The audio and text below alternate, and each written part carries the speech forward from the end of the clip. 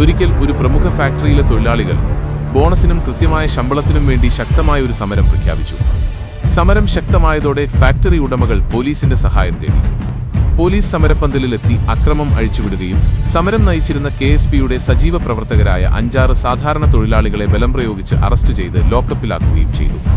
തങ്ങളുടെ പ്രിയപ്പെട്ട സഖാക്കളെ പോലീസ് പിടിച്ചുകൊണ്ടുപോയി എന്ന വാർത്തയറിഞ്ഞ് മറ്റു തൊഴിലാളികൾ ആകെ പരിഭ്രാന്തരായി.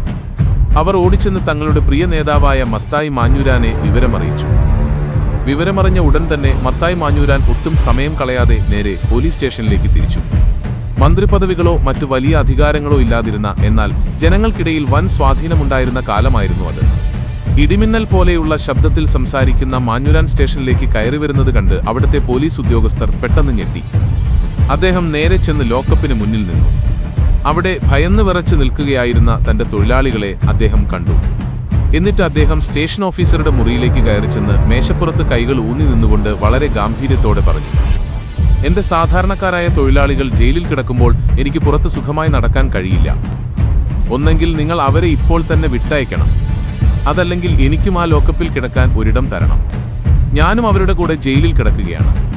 ഒരു വിട്ടുവീഴ്ചയ്ക്കും തയ്യാറാകാതെ ലോക്കപ്പിലേക്ക് കയറാൻ നിൽക്കുന്ന മത്തായി മാഞ്ഞൂരാന്റെ ഈ കടുത്ത നിലപാടും ധീരതയും കണ്ട് പോലീസ് ഉദ്യോഗസ്ഥർ ആകെ ആശയക്കുഴപ്പത്തിലായി. ഒടുവിൽ മാഞ്ഞൂരാന്റെ വിപ്ലവ വീര്യത്തിനു മുന്നിൽ പോലീസിന് കീഴടങ്ങേണ്ടി വന്നു. അറസ്റ്റ് ചെയ്ത എല്ലാ തൊഴിലാളികളെയും യാതൊരു നിബന്ധനകളും കൂടാതെ അപ്പോൾ തന്നെ വിട്ടയക്കാൻ പോലീസ് തയ്യാറായി. തന്റെ അണികൾക്കു വേണ്ടി ഏത് ജയിലറയ്ക്കുള്ളിലും കയറാൻ മടിക്കാത്ത ഈ കറതീർന്ന സ്നേഹവും പോരാട്ടവീര്യവുമാണ് മത്തായി മാഞ്ഞൂരാനെ തൊഴിലാളികളുടെ മനസ്സിലെ സിംഹമാക്കി മാറ്റിയത്. ഇഷ്ടപ്പെട്ടെങ്കിൽ ലൈക്ക്, സബ്സ്ക്രൈബ്, ഷെയർ ചെയ്യാൻ മറക്കണ്ട.